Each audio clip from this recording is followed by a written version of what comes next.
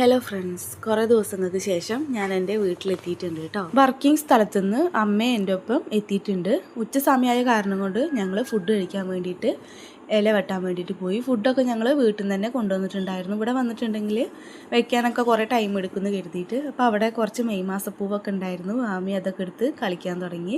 ഇതാണ് ഞങ്ങളുടെ കാവുമുറ്റം. ഞങ്ങളുടെ അച്ഛനെ അച്ഛമ്മേനൊക്കെ ഇവിടെയാണ് അടക്കിയിരിക്കുന്നത്. പിന്നെ ഇത് ഞങ്ങളുടെ പഴയകാല ഫോട്ടോസാണ്. ഞാൻ 6ാം ക്ലാസ്സിലൊക്കെ പഠിക്കുമ്പോൾ അമ്മയുടെ ഫോട്ടോയാണ്. പിന്നെ ഇതെൻ്റെ അനിയത്തി +2 പഠിക്കുമ്പോൾ ഞാൻ നഴ്സിംഗ് പഠിക്കുന്ന സമയത്ത് എടുത്ത ഫോട്ടോസാണ് കേട്ടോ ഇതൊക്കെ. വന്നപ്പോൾ തൊട്ട് കണ്ണനും ആമി ഈ മാവിൻ്റെ ചോട്ടിലാണ് മാങ്ങ പറിക്കാൻ വേണ്ടിയിട്ട് രണ്ടാളും നല്ല പണിയിലാണ്. പിന്നെ ഞങ്ങൾ ഫുഡ് കഴിക്കാൻ വേണ്ടിയിട്ടിരുന്നു.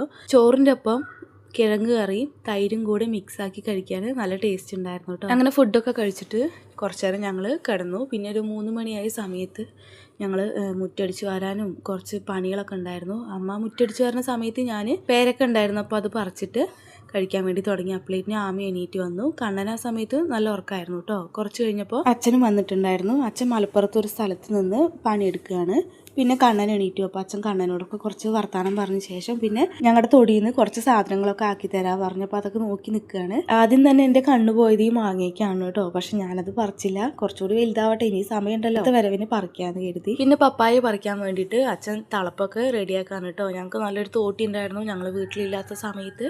ആ തോട്ടിയൊക്കെ ആരോ കൊണ്ടുപോയി. ഞങ്ങളിങ്ങനെ ഇല്ലാത്ത കാരണം കൊണ്ട് ഞങ്ങൾ പുറത്ത് എന്തെങ്കിലും സാധനങ്ങളൊക്കെ വെച്ചിട്ടുണ്ടെങ്കിൽ ചിലപ്പോൾ ഞങ്ങൾ തിരിച്ചു വരുന്ന സമയത്ത് അതൊന്നും കാണാറില്ല കേട്ടോ. എന്തെങ്കിലും വീട്ടിൽ നിന്ന് എടുത്തിട്ടുണ്ടെന്നുണ്ടെങ്കിൽ ആവശ്യം കഴിഞ്ഞിട്ടുണ്ടെങ്കിൽ കൊണ്ടുവന്നിരിക്കുന്ന പരിപാടിയൊന്നുമില്ല. പിന്നെ ഞങ്ങളത് ചിലപ്പോൾ അന്വേഷിച്ച് കണ്ടുപിടിച്ചിട്ട് വേണം അതൊക്കെ കൊണ്ടുവരാൻ വേണ്ടിയിട്ട്. പക്ഷേ ചിലതൊന്നും കിട്ടാറേ ഇല്ല. ഞങ്ങൾക്കൊരു കടച്ചക്ക മരമുണ്ട്. അതിലിഷ്ടംപോലെ കടച്ചക്ക ഉണ്ടാവാറുണ്ട്. പക്ഷെ കുറേ കടച്ചക്കകൾ പൂക്കുന്നതിൻ്റെ മുന്നേ ചൂട് കാരണം കൊണ്ട് കുഴിഞ്ഞു വീഴാനിട്ട് ചെയ്യാറ്. അങ്ങനെ പ്ലാവ് മരത്തിൽ കയറിയിട്ട് 1-2 ഇടിച്ചക്ക ഇട്ടു. ഇതാണ് കേട്ടോ ഞങ്ങളുടെ അതിർത്തി. ഇതിൽ നിറയെ കൈതച്ചക്കയാണ്. ഇഷ്ടംപോലെ കൈതച്ചക്ക ഉണ്ടാവാറുണ്ട്. ഇന്ന് ഞങ്ങൾക്ക് ഒരു കൈതച്ചക്ക കിട്ടിയിട്ടുള്ളൂ. പിന്നെ തൊടിയിൽ മൊത്തം നിറയെ അരിമുളക് ചെടികളും വാഴയും തെങ്ങും കവുങ്ങൊക്കെ അച്ഛൻ നട്ടു വെച്ചിട്ടുണ്ട് കേട്ടോ. എനിക്ക് കൊണ്ടുപോകാനുള്ള അതൊക്കെ അച്ഛൻ തന്നെ പാക്ക് ചെയ്ത് തന്നു. ഒരു പൈനാപ്പിളെ കിട്ടിയിട്ടുണ്ടായിരുന്നുള്ളൂ. അത് ഞാൻ വീട്ടിൽ വന്നിട്ട് മുറിക്കാമെന്ന് കരുതിയിട്ട് എടുത്തു വെച്ചു. ഇതാണ് ഞങ്ങളുടെ കണിക്കൊന്ന മരം. എൻ്റെ അനിയത്തി നട്ടതാണ്. ഇപ്രാവശ്യം കുറച്ച് പൂവ് ഉണ്ടായിട്ടുള്ളൂ.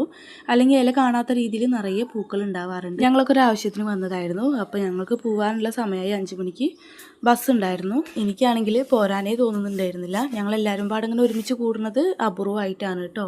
അനിയത്തിനും ചേച്ചീനൊക്കെ വല്ലാണ്ട് മിസ് ചെയ്യുന്നുണ്ടായിരുന്നു. അങ്ങനെ ഞങ്ങൾ പോകുന്ന വഴിക്ക് ഇത് അവരുടെ ഒക്കെ ചെക്കിങ് ഉണ്ടായിരുന്നു കേട്ടോ. ഇങ്ങോട്ടുണ്ടെങ്കിൽ കൊണ്ടാ ഓടിച്ച് പരത്തുന്നവരെ എൻ്റെ അമ്മേ. അങ്ങനെ ആടിൻ്റെ നിന്ന് കിട്ടിയത് നല്ല കുത്തായിരുന്നു കേട്ടോ. അപ്പോൾ എത്രയുള്ളൂ വീഡിയോ ലൈക്ക് ചെയ്ത് സബ്സ്ക്രൈബ് ചെയ്ത് ഫോളോ ചെയ്യണേ.